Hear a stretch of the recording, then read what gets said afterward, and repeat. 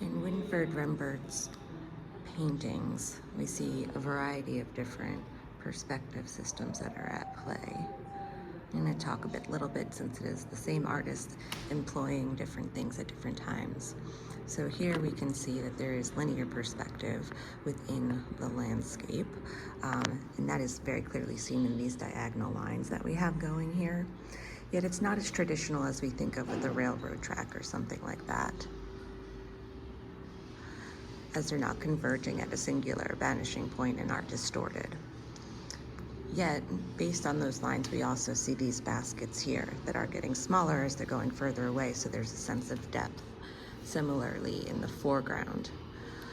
And we also have scale playing a part here, right? We know the figures are closer to us, so they're appearing larger. But we still have space, so space being important and treating there for depth. But in another piece that we have here, we see kind of something else happening, right? It's much flatter, and there isn't the use of linear perspective, but it's really not, discrediting it in any way, and we still see lots of motion and storytelling that's happening. And we begin to read things up and down, right? So it's not literal in the perspective system, but there is a sense of depth that we are able to comprehend from the switching in the palette, from the brown hue to the green, to the brown to the green, and so forth.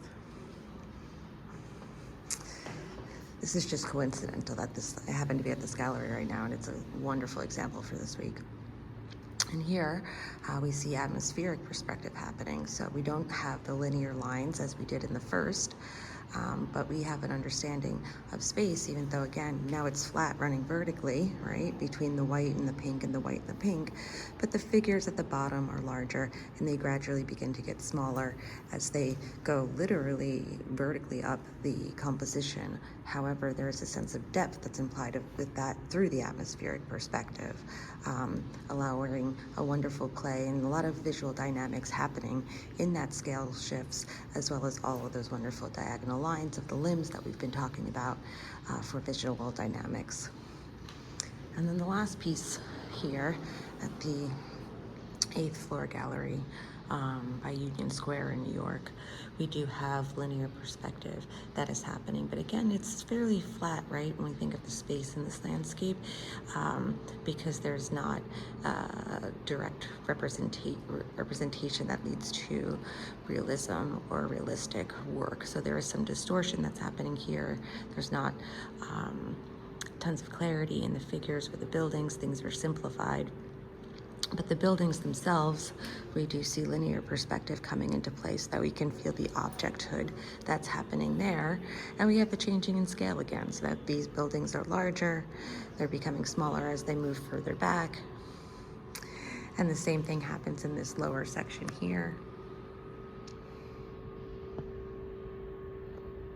where the figures are all about the same size, and that's kind of flattening out that space, but they're still smaller here compared to this, the figures of the horse and everything that are larger.